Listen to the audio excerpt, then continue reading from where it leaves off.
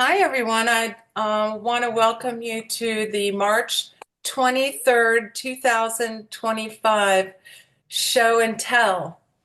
Um, our NEBA organization does these once a month. If you haven't done one, please email me because I would love to have you do a presentation in May. We have two openings. May will finish off our season, and would love to have those slots filled. We've got three wonderful member artists who are going to show their work to us and talk to us about their work.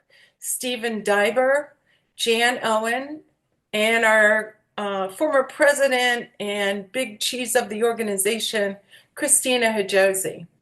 We're going to start with Steven, and so you can get to know him a little bit, I'm going to do an introduction for everybody. For 2 decades, Steven's artistic focus centered on Cuba. Starting in 2001 with his family, he made annual trips, spending anywhere from 2 weeks to a year in Havana.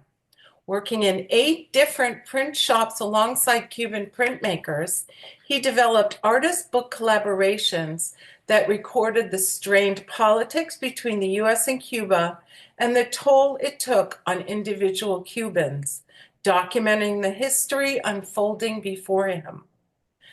This process of visual storytelling has been honed during the repeated visits to Havana. Steven now returns to themes of environmental issues explored before his time in Cuba with renewed interest in the stories he finds within his personal landscape. Tell us more, Steven. I'm going to concentrate on that last part. Um, I live outside of Northampton in the town of Goshen at the edge of the woods and have a seasonal studio where I, which is a tent. So we'll start there. I'm going to show a couple of books and two of the most recent projects. So we're good to go? Yes, you are. Okay. So I work outside when I can, and I've always been fascinated with the natural environment for decades. I I grew up with two parents as scientists and spent a lot of time outside collecting um, basically decayed objects. And so now I'm actually putting paper in the forest and especially interested in trees. Okay. Are those stumps on paper? Yes, they are. Now it's not moving forward. There we go. There we go. Um, so this is my tent. It's a 10 by 12 wall tent. Um, and my favorite method of printmaking is direct relief printing. So I'm printing right off of cross sections of trees, and some of which I've cut down. Some are along the sides of roads or in the forest. So it's What's your medium? this relief ink and paper and uh, I just iron gall ink. I make a lot of that and soil. And this is Hmm. in the left is an impression of the paper was left on the ground for maybe a month, and so I've a tree stump and an American toad that I acquired off the road. And I have a couple dozen of these animals that I've had. They've become talismans. Some are 40 years old that I Are just, they desiccated? oh, that one is very desiccated. Okay, so you're not talking about a lino cut of a frog you made. That's an actual frog, right? That is an American toad, yes. And what kind of paper are you using?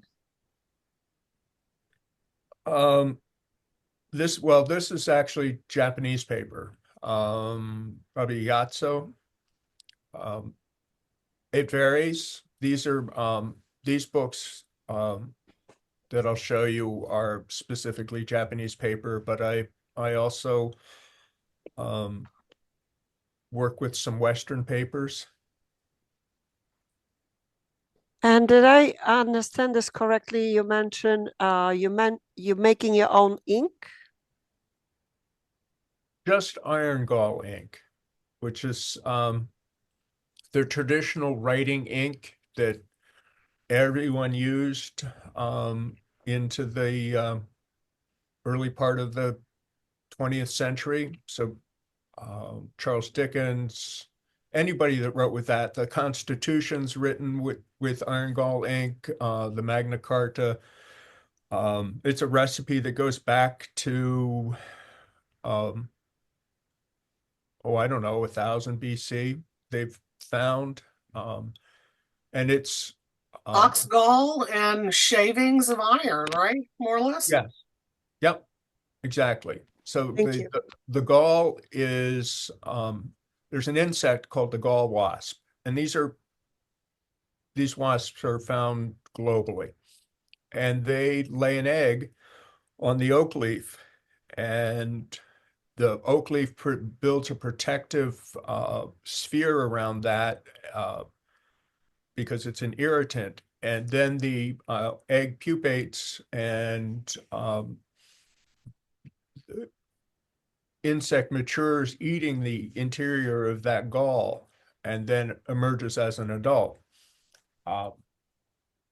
And then the gall falls to the forest floor. So you go out and pick them up. And it takes a lot. I mean, they're paper thin. They're about the size of a ping pong ball or smaller. And then the simplest recipe literally is putting a number of those together in a piece of rusty metal in a jar of water and letting it sit for some time and then straining it.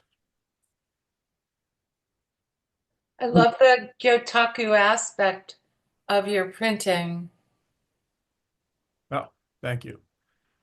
And so here we've got this is actually a chestnut stump that well, was a fence post for an American chestnut that I dragged back from the corner of a gate.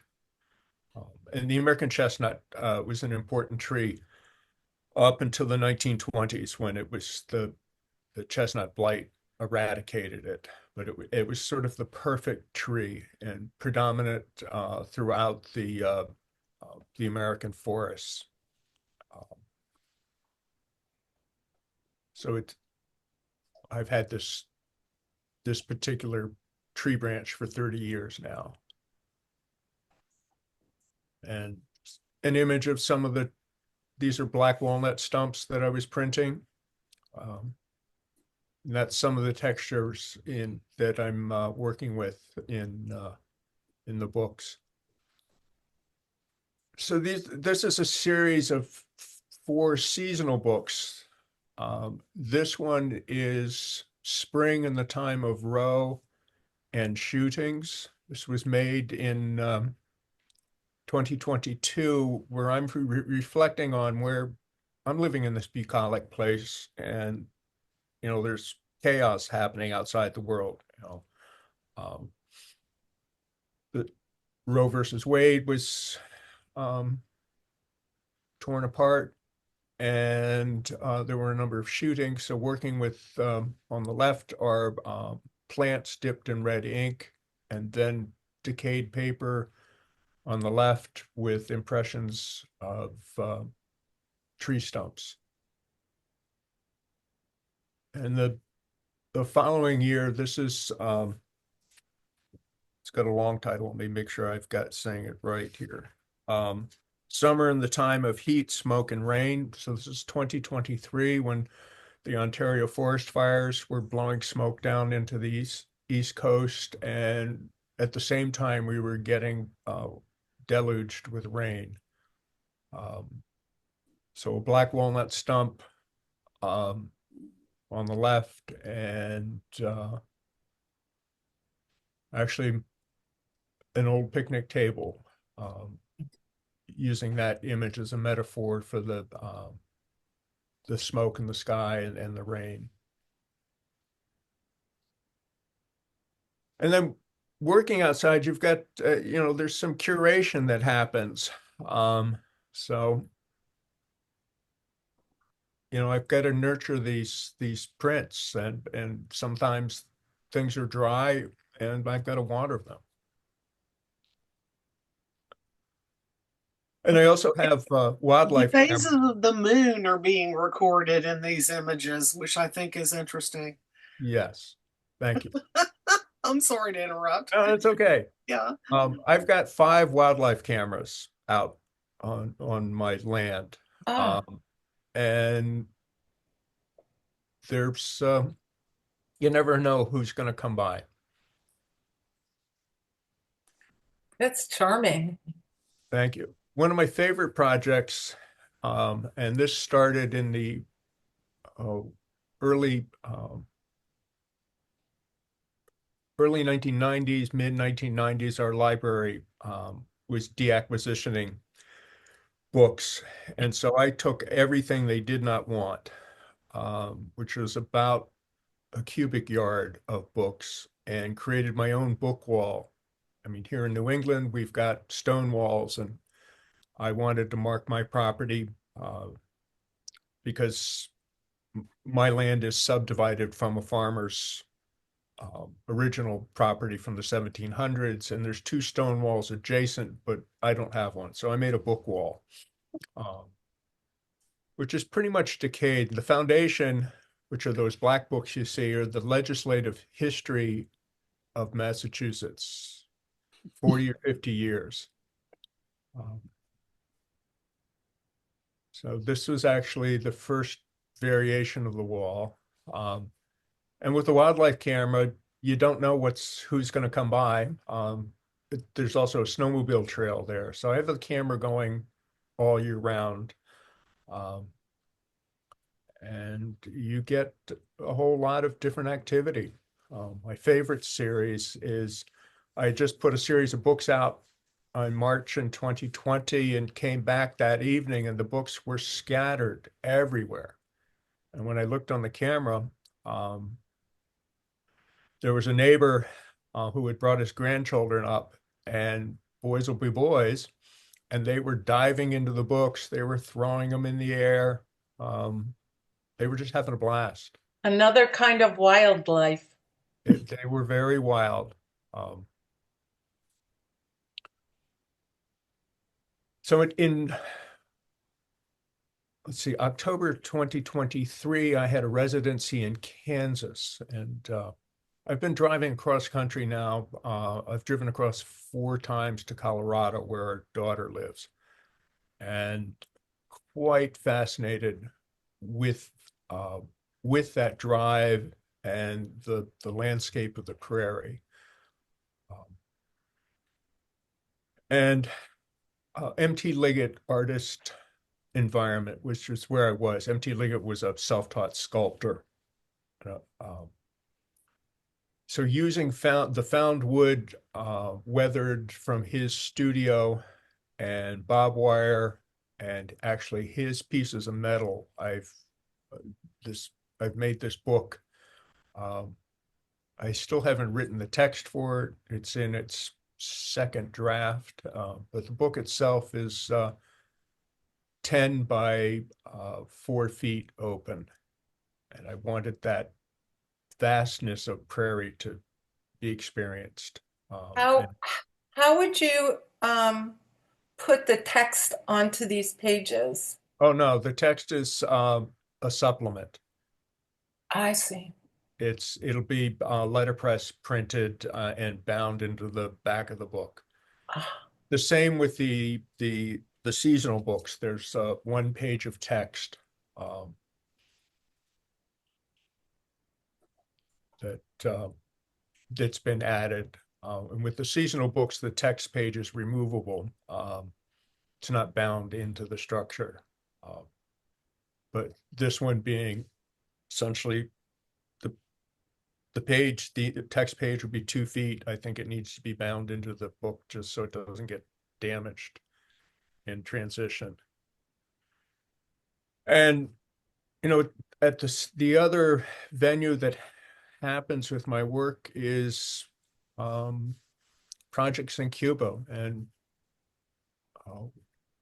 COVID, like everybody, it changed everything.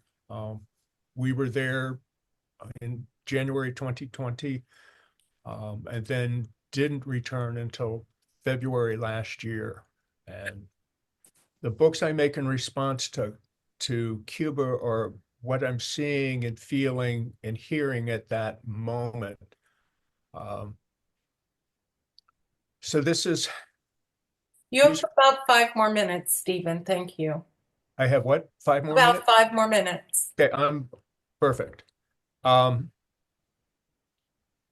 been working with the Cuban Atlas published in 1979 and taking that book apart. I've used that as the core for my book projects now for about 6 books.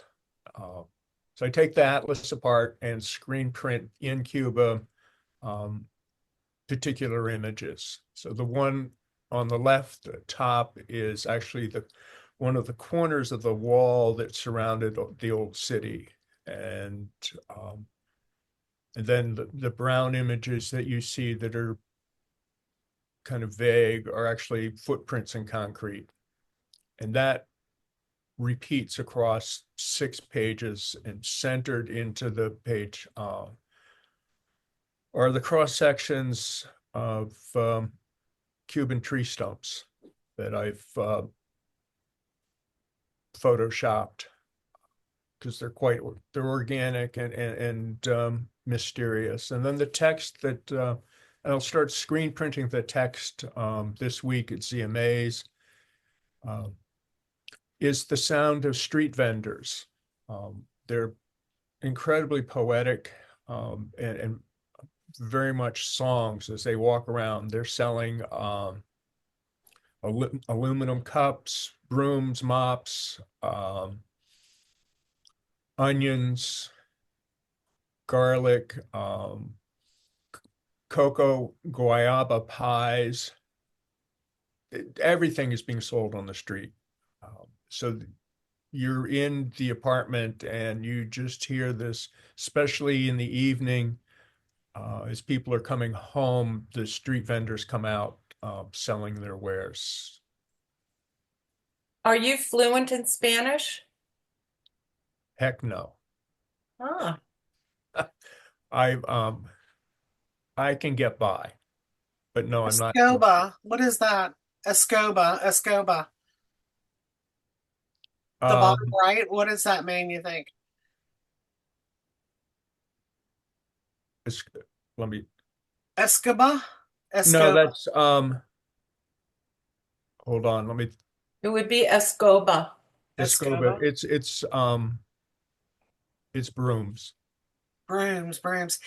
I think it's fascinating that as a person who doesn't speak Spanish, I'm reading it and you were talking about it being like musical, and it does seem to have a lot of repeats as I'm reading through it, and I have no idea that it's like brooms and aluminum cups. And yeah, I mean, it's the reality of it, and then when I hear what it actually is, I find it even more fascinating. So it's got these extra levels, even if you don't speak Spanish. I like it, and I'm curious to see how the letterpress ends up working. Well, Yeah. this will actually be screen printed, and each line has a different color. Okay. Terrific. It's going to be graphically beautiful. So this is the last. So this is the last image and an example of an earlier book. The which is Donde es Cristal, which is where's the Cristal? Cristal is the national beer, and so in 2019, when I was there, the national beer wasn't to be found anywhere. So I find these experiences and use them as metaphors into the text of the book.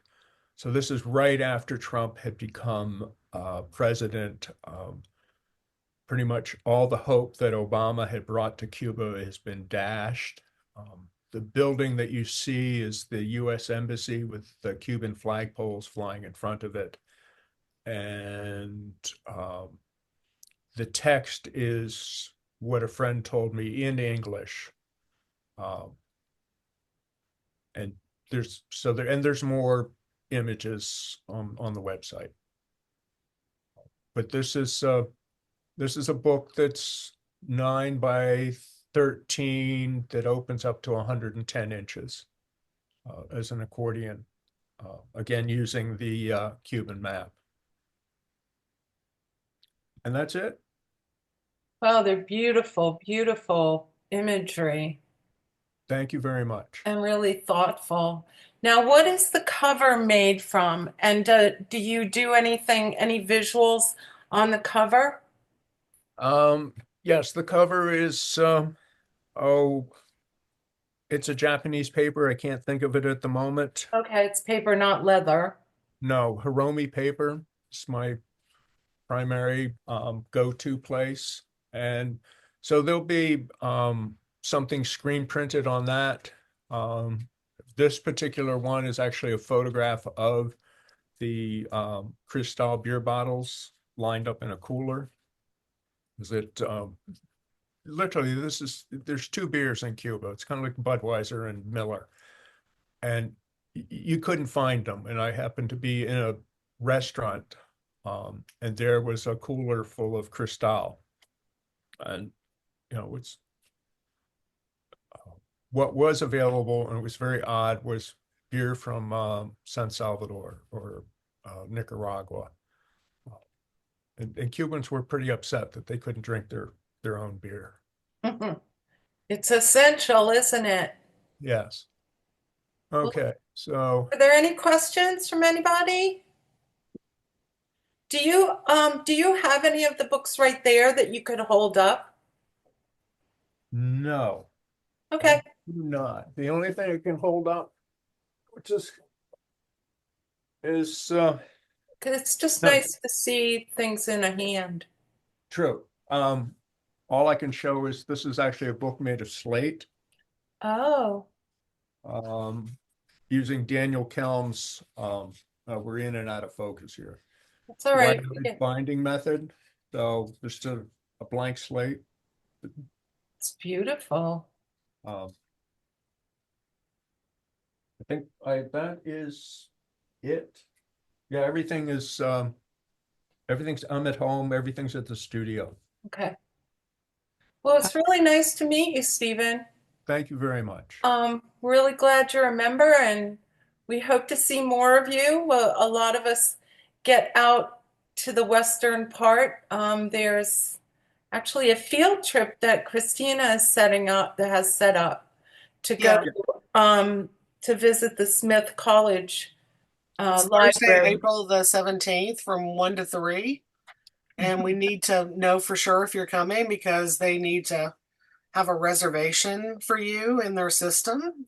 And they only have 10 spots. I think we're at 6 or 7. So if you need a spot, let me know. Sadly, I will be in Colorado Oh, visiting my daughter. Otherwise, I'd invite everybody to the studio. yeah. But April 6th, I am speaking at the Clark Museum, if anybody's in Western Mass. Yeah, I was just going to ask you about that. Can you talk about that event? It's I think this is the third version, and the first time they're actually having, I think they're having 22 book artists tabling, publishers, and various book artists there. And at the end of that, it's a 1 day show and tell, and then there's a short 1 hour panel discussion with 3 different people. Who's the other two I know briefly. One's a publisher of Democratic artist books. The other person has been publishing these collaborations that are produced by MoMA and myself. So Nice. I'll be talking specifically about the Cuban collaborations. Mhm. Our reminder email, the NEBA reminder email, had some of the particulars of that event.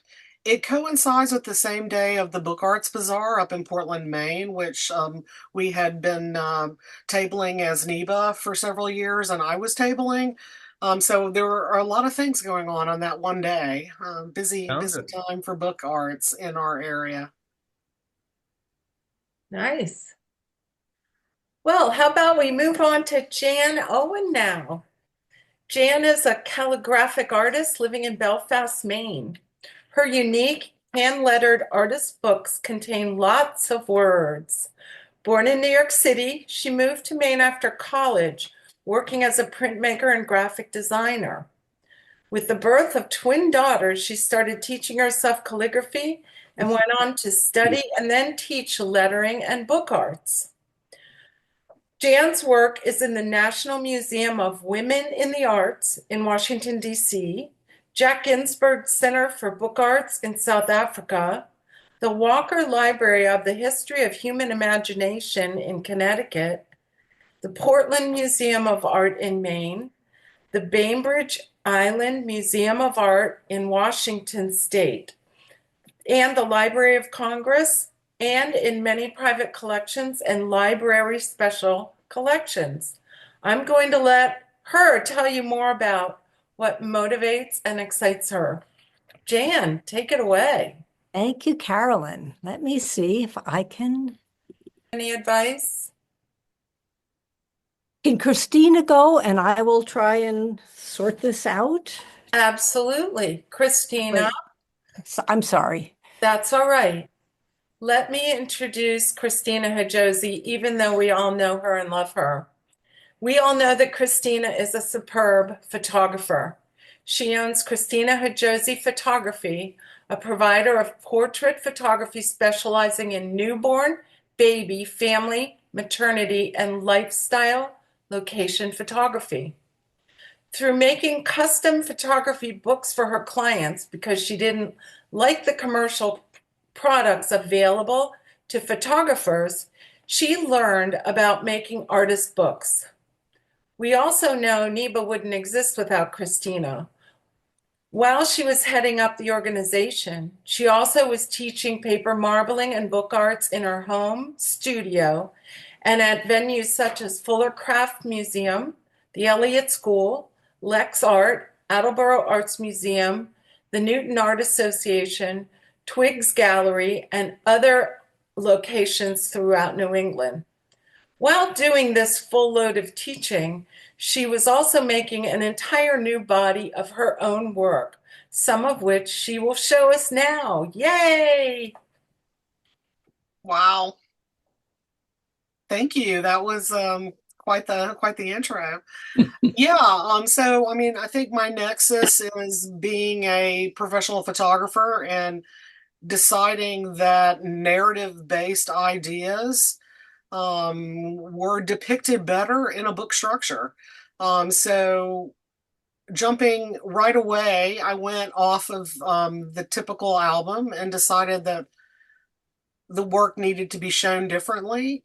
And I think it pulled my art in that direction. So for about 30 years, there's been a progression away from a single image that tells a story in my mind to multiple images and the turning and upkeep of data as you're taking on this visual narrative in addition to possibly text on occasion. But this idea of the linear progression front to back that a typical Western style book offers And I've always been a feminist, and I've always been very political. I went to William and Mary and was a government major. And so I kind of had that feminist streak running in me all along. So my art has tended to lean into body image and women's rights and struggles for identity in different ways. I think over time I have evolved into trying to abstract my personal details into a broader context, and marbling lets you abstract it even further into like conceptualization. So a lot of my art, even though it might be painful memoir based or body image or based on female reproductive cancers that a bunch of friends of mine went through, so I react to situations and I figure out a way to abstract them, sort of, which is very typical. I'm going to screen share and show you a work that is new of mine. Both of these works are finished this past week. Let me get my screen share going. I'm showing you two books, but I'm showing you them in pretty good detail so that you can actually feel like you're looking at them. Give me a second.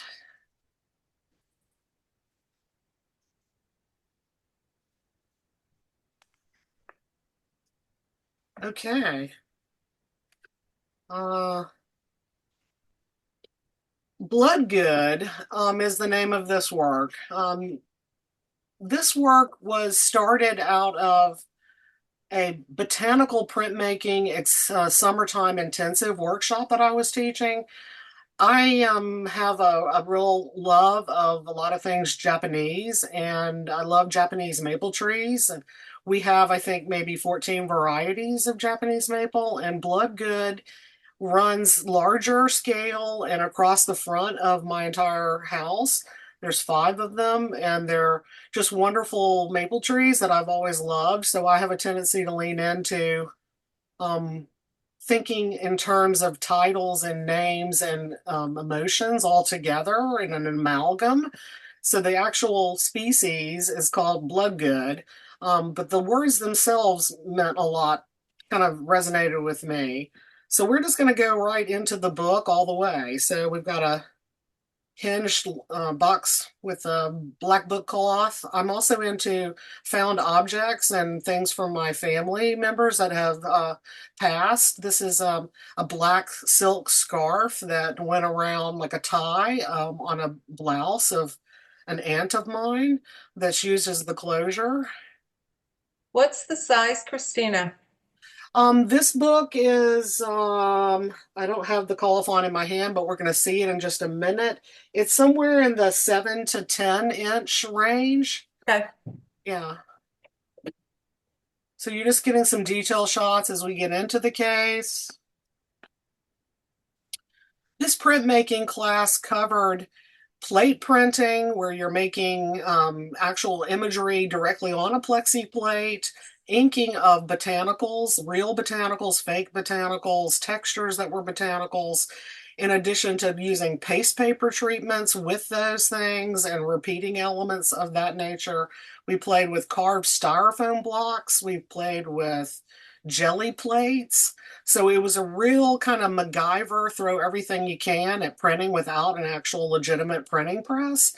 So it was kind of a MacGyver printmaking kamikaze class. So you're seeing all the different kinds of things that I was thinking and teaching during that time and mixing textures.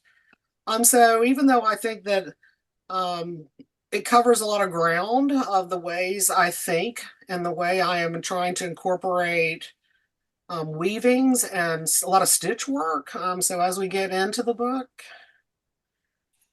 let's see, there we go. So it's 2 signatures with stitching, 2 long stitch rows up the sides. This is one of my favorite things about the weavings is you get the back sides. So if you're weaving with 2-sided materials, you get an interesting, kind of like a double narrative, where even though it's exactly the same slots and the same experience, it's being translated in a very different way. Yeah, just getting some of that crunchy. This is also a little messier kind of looking than some of my recent work, so it was a nice artistic stretch to like get out of being precise and it being soft bound versus hard bound, I think was also a nice stretch for me. So here you're seeing some of the red linen stitching that's starting to interplay. Using vellum as a vehicle for tracing onto the styrofoam blocks ends up giving you a really interesting kind of detritus or shed or waste product from the whole experience. And I like to put the waste into my work as well. It's got this crunchiness to it because of being bone folded into the surface of a styrofoam block. I've been teaching a hinging technique for registration with jelly plate classes where you get your jelly plate on the table so it's not moving, so you put it down directly on something that it can stick to. And then you have 4 pieces of paper that you want to play with, and you hinge them off of in north, south, east, and west off of that jelly plate, right? And then you start inking and playing, and you flip different sides in, and you keep flipping and flipping and flipping. And I typically do between 2 and 4 hits on each sheet of paper till it kind of gets where I'm going. Which I find works really well with children all the way up to like advanced students. So talking about a MacGyver version of like a fancy registration technique and just kind of let those silhouettes and weird, crunchy, messy things start to interplay. And you end up getting nice serial kind of based work where a nice series is produced. Yeah, it's fast, it's fun, it's messy, and it just kind of embraces gardening to me as well as just bigger ideas and the blood red and the veinage and heritage and cellular structure. So it's like microscopic but bigger picture ideas. So it's an amalgam of a whole lot of things for me. It's not as literally based on memoir as some of my more recent work, which is kind of why I like it. So it's a little freer. Are the vertical black and white textures in the back, is that corn cob? No, that is an interesting placemat that I enjoyed creating paste paper textures. Ah, So I did a whole lot of the prints initially, and then I started thinking about how I was going to layer into a book structure. And I wanted, instead of having plain paper, I wanted to add another component. So I did Bristol board, smooth Bristol board on both sides in paste is the backgrounds of all the paper, and then I took some of it and shredded it for the weaving. So it's a lot of overlapping pages and folds and cutaways. Like here you're seeing, like you could actually play with this a lot because there's actually, that's actually like 4 page spreads, because each of those little tabs has some other thing on the other side. So there's a lot of interplay that can happen. They don't really fold out like a pop-up, but it's like the pages are different lengths so that they have areas for you to interact with them and a lot of little stitching and strange elements here and there. mm. Yeah, That one looks like a spider web. yeah. Also playing with the captive nature of some of my work has got a lot of trophyism in it. And my husband and I are in the middle of coming up. I'm 57, he's 58. We're thinking about this idea of retirement kind of concepts that aren't like what would be a fun thing to do that we love, which is gardening and yard work, and we like our yard and these trees, right? So then it became, well, where are we buying the trees? How do you get weird, unusual little miniature maple trees in and of themselves?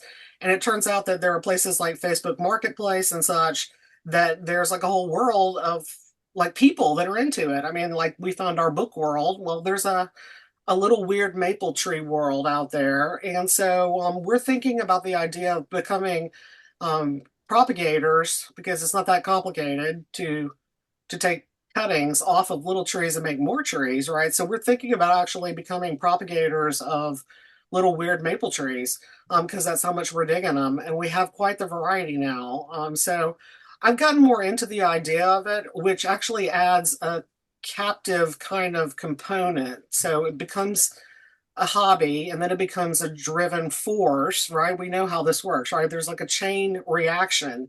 When you love something, you might love it to the point where it becomes constricted in some way, or maybe you have to protect it, like netting to keep the deer off of it.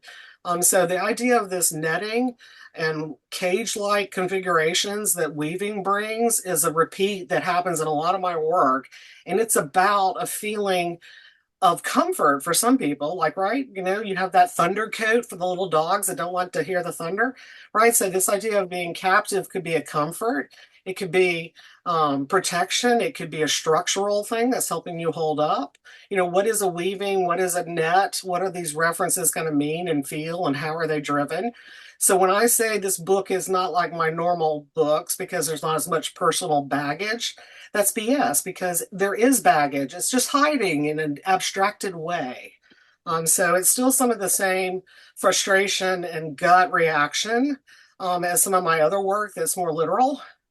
Yeah. About 5 minutes, Christina. Okay, let me just pick up the pace here. So as we get to the back of the book, there's a little hidden pocket for the colophon. Then you get the colophon, which is made out of the waste products of me making this. Just fire through this quickly. You don't need to read it, but this is like a typical kind of thing for me to make a separate colophon that's more than just the yada yada. It's a little fun, little extra bonus piece. Here's the next piece. This piece got hung up. So this is a piece about like finding the resolution and how does it work itself out. Found objects that I really enjoy and groove on. I decided to make it be the actual like bind of the book. So this is a found toolbox drawer that's got metal and wood, and I just thought, the holes that were already in this box made me feel like I could do some kind of bind right through it. So this is a very long, big accordion that's backed in bugra and then has marbling that's collaged and held down via stitches. It's a very long piece when it pulls all the way out. And these are rows of stitches that go down the entire length and back and then leave and come out the box. So it was a whole lot of stitching that started in September of this past year, and I worked off and on it, doing the stitching on the actual book itself, the text block. And then I had all these knots and I needed them to come out on the metal holes, right? And I got hung up for about 4 months trying to figure out how to get it to exit those holes. And it ended up being a needle threader, which is a very simple tool that people who can't see to thread their needles. I ended up using a simple needle threader to pull those threads out one at a time, and it ended up being a little bit more tedious, but I did resolve it. And then I did the stitching on the fronts. So when things go across each of these accordion folds, they're clusters of more stitches. So there's an awful lot of stitches. Got a braided long braid to hold it on a wall, so this can be wall hung, and it tumbles out really nicely in the front as a wall hang. It's got a little like that old character from somebody handwriting on it. It's called Not So Fast. It's got marbling that is I'm going to pause on this one. It's got marbling that is called a bunch of different names in the marbling world. It's called Sunburst. It's called Tiger Eye. And in the Egyptian kind of heritage behind it, it's called Eye of Ra, which is the sun god. A few years back, I did a mixed media piece with a group of women from Women of the Caucus for the Women's Caucus for the Art group that was a attacking of Jansen's history of art to include more women. So we were basically covering up pages with our own new entries. And I did a piece for that called Breasts of Ra. And ever since then, I kind of see most people see an eye, like an iris, in this type of marbling pattern. Basically potash or potash. It's a fertilizer. It's not the ash from a pot cigarette, but potash is how it looks. The word, I think it's pronounced potash, maybe. But anyway, it's a fertilizer that you add to the pigment, and it causes this interesting retraction of the color. So the color spreads like a normal dot on the surface, and then suddenly it reverses course and goes back into the middle, and it creates that interesting kind of pattern that I see kind of like a nipple or something. Anyway, so the conceptualization of this piece has to do with women being kind of herded in like cattle and quickly for these mammograms. I don't know. This it doesn't look like it. This is like, why did I make this piece, and what does it mean to me? It's about women getting herded too quickly through their mammogram process, and I know that that's like a really weird redux for this piece, but that's when I see this work. That's what I was experiencing, that this crazy whirl of women coming in and out of giant dressing rooms with their little their little Johnnies on, and rushing in and out to get like speed mammogrammed. And I think that that's a problem. We're being cattled through these processes, and it becomes like this routine, yearly, quickly done thing. And I think it's being done too quickly in some cases. Things are getting missed. So it's just a crazy, I don't know. It's a beautiful piece. Yeah, it's got a lot of potential for not Thank telling you. people what it means. Like, you guys are hearing where my motivation was on it. Right. Obviously, I would not put that like, hello, slow down when you're giving me the mammogram. But I do have a companion piece that's called Pressure, that is about like the paddles and the pressure, that's conceptualized too, that kind of, if you put them together, people might connect the dots. I think it's just a fun kind of Japanese inspired flurry of stitching and marbling that lets people's minds think what they want. And that's why I like the abstraction of it.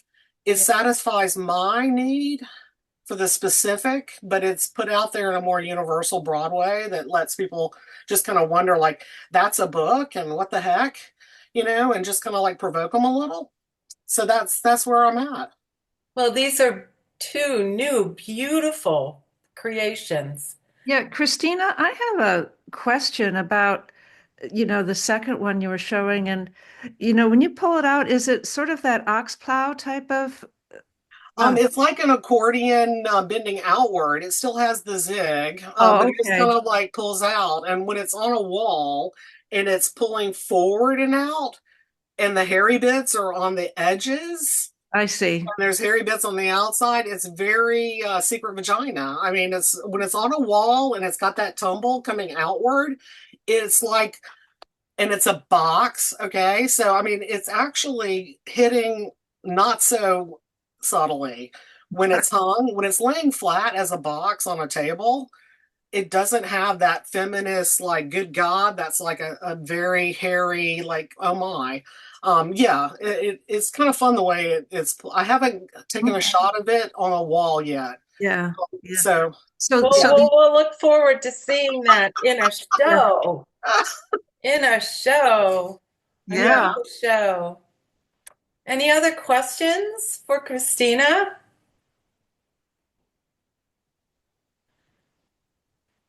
All right. Well, um, I think Jan looks like she's really excited. No, I'm nervous. We'll see if it works. All right. Well, thank you, Christina, for sharing your new work. It's really stunning, stunning. And well, we knew that it would be, right, peeps? We knew that she would have stellar work to show us. Okay, Jan, let's give it another shot. Hit that Okay. green button.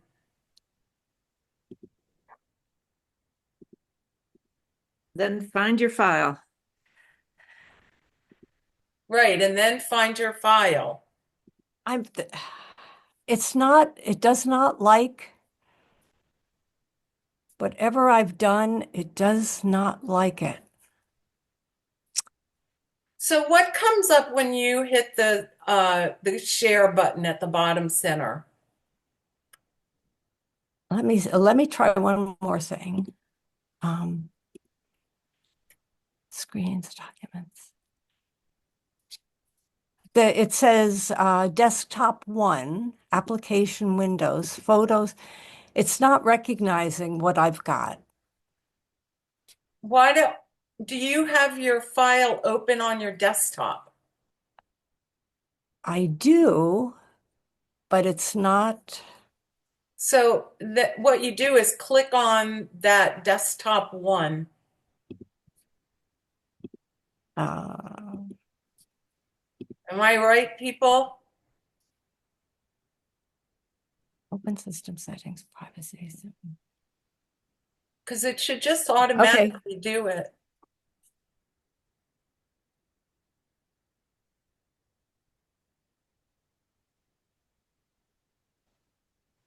Oh, no, it's not letting me open.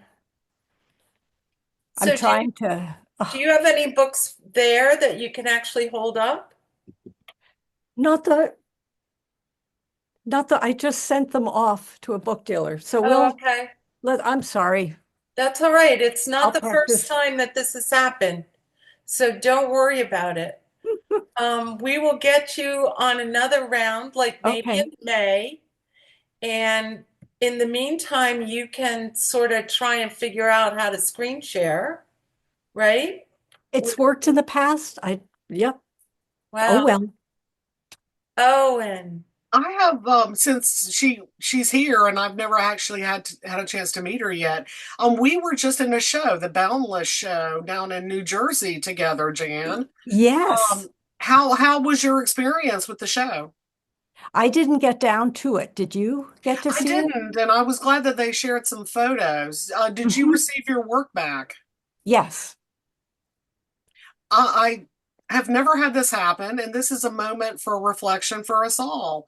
I had two large pieces in that show, and I sent a prepaid, the federal. I have a FedEx account. I filled out the return. It went down, and it has disappeared. And FedEx has no track. They claim that they don't know where it is either. I have two major works that are now who knows where the hell they are, and I don't really know how to handle it. So we make this assumption even when we prepay that everybody's going to be fine, right? We always send this stuff and just assume. And I don't want to put a squash on anybody wanting to submit work, but we do need to keep in our mind's eye that some of these places could burn to the ground. This is stuff that has happened to people I know. Mhm. The gallery burns up, and what is your recourse? You didn't have any kind of agreement, right? So these Mhm. are ideas that we should keep in our mind about being safer in our practice and making sure that we're not going to get screwed. Oh, Christina, I'm so sorry. The Descent, that like mammoth flag book, that No, big flag book. I mean, like big. no. And then another one of the hairy box with things coming out of it, Virginia from my Cat Yes, Culture series. yes. I put 1,000 of insurance on it, but since that was with FedEx, and FedEx doesn't even have a record that the thing was ever retrieved from them, um, Oh my God, you think it was stolen I down don't know. there? I don't have anybody other than the school to like have recourse with, so I'm not really sure. I had a retail of 2,300 on the total of those books. So, I mean, I'm kind of crushed right now over it. I thought that that was a great show, and the place is cool. The PD school is a cool place to have a show, Who and is the they're very direct? apologetic, but they don't. It's kind of stalled, They're like, I don't know, we don't know what else to do, and I'm like, write me a check. Exactly. So I'm not trying to put a kibosh on our fun for calls, but keep in mind that these are potential ideas, and maybe having a fuller release statement and understanding with whoever you're shipping stuff with. Ask a few more questions, like how are you proving that you shipped it? Receipt, saving receipts. I don't know. Anyway, just a word of advice there. Well, the There fact are that some. FedEx doesn't have any record of the piece means that they did not drop it off. Yeah, I mean, you don't just hand them stuff without them. Even like a guy at your door is gonna, make sure that it's filled out right and everything's Yes. cool. So they don't have any record of ever receiving it. They also had people do UPS, and they think that maybe UPS put it in a big lump of packages. And I was just like, you think, Whoa. I don't live in New Jersey, and this is not, my the like points of like tracking in with it going to them. So I don't know. Well, It's frustrating. That's like working with Amazon Marketplace. I've never in all these years personally had anybody like lose it, but I have had a show burn. That happened a long time ago. It was at a place in Maynard. It was a restaurant in Maynard that had like a rotating gallery space. I was in a show that burned while the place was, it just happened to be the month that my show was there. Well, Uh, I've had artwork stolen through printers. You send mm, back in the day, you'd send original artwork for scanning, oh, illustration, yeah, and you say I want this back, and it doesn't come back. yeah, And yeah, then you talk to the printer and oh, we don't know anything about it. yeah. Yeah. I just, as a cheerleader, to do something more positive than talk about us getting ripped off here, before we say goodbye. I've been enjoying the idea of hooking up and collaborating more with our members of our group, and I have a couple of those going on right now that I thought would be fun to kind of just broad stroke. So Susan Levy and Stephanie Stigliano and I are doing what's called an exquisite corpse book project, where you do the three parts, like a head, torso, leg, and we have like a little kind of dimensions of where you want like the connection, but you leave it wide open and you have the same size, and we're making just lots of fun.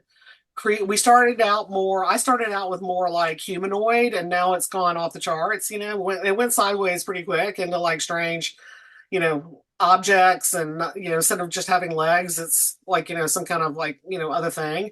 So it's getting weirder by the minute, which I like, and I think that they're mixing kind of well.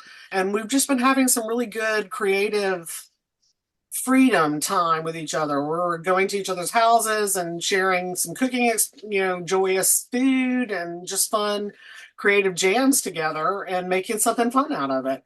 So that's something I knew would come out of this experience of making NEBA. So that's something I encourage you. Like if you see somebody else in our group or notice that there's somebody in proximity to you that might be more convenient, to reach out and think about having some creative time, even if it's not literally to do a specific project. Maybe just have a art play day. And that's kind of part of what these library visits, the special collection visits, have been. So I scored, yay, a free residency at Snow Farm for that week in April, which is why I decided I wanted to check out the Smith Library, because I haven't been there in probably like 10 years. And I touched base with them, and they were like, sure. And so that's how this field trip kind of came about.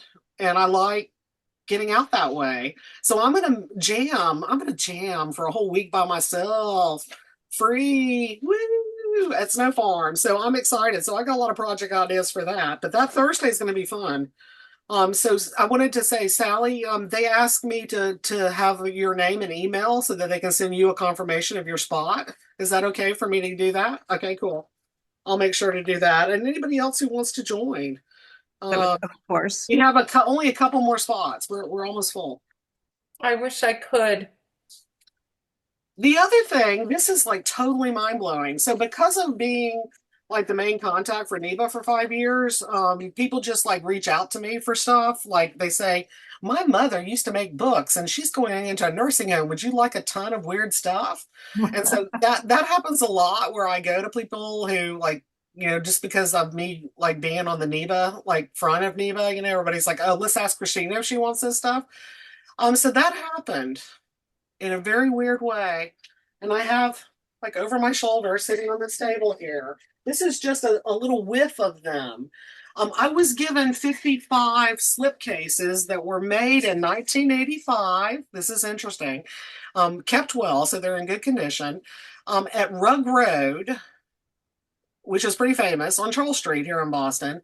They're bookboard with a nice linen book cloth cover, custom made. They're all exactly the same size. They made 200 initially, and this woman named Anne Eldridge, who is an intaglio printer that now lives in New Hampshire, but I think she lived in Worcester or Framingham at the time, and another woman who's a letterpress artist, came together and did 10 poems of Robert Frost in letterpress with some intaglio prints added to it. They were going to make a set of 200, and then one of the ladies, not Ann Eldridge, but the other lady, what is her name? I have her name here somewhere. You might know this, Elena Collin of Worcester, Mass. Collin Press. She was pretty well known of doing like interesting small edition runs for people and helping people put together like artist book series. But anyway, yeah, so she passed away suddenly and they made 110 of them, and then the lady just stopped. So in 1985 there were 10 of this beautiful artist book series made, and now she's handed them to me. And so Kathy Lobo and I are going to do half of them as an addition. We're going to come up with one book and make like 25. And the other 25, we thought we would do like a call or an invitational kind of a notion and give them to people to react to, so that you would be making something that is housed in this box and you can modify it however the hell you want. You know, it's an open season. And then we try to locate one of the 110 to purchase or at least loan and put together a show based on this. And the 10 poems kind of are a big part of it. So it's basically 10 poems of Robert Frost that are the center core of the idea. So I want to show the provenance, and then Kathy and I are going to do it up. And then everybody, the other people will be like, what? And do it up. And it will become together in a show idea.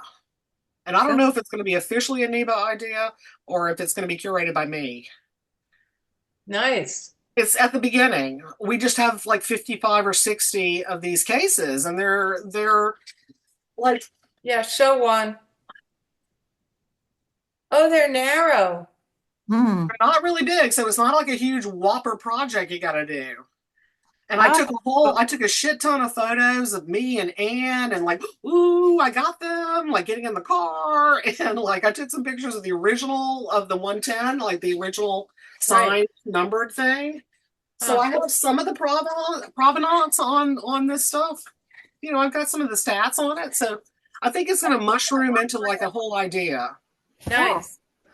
It's new. It's new to me, so I'm not really sure yet. The details aren't firm. Yeah. This is Andrea. Kind of stuck a little question up in the chat at the beginning. Oh, and okay.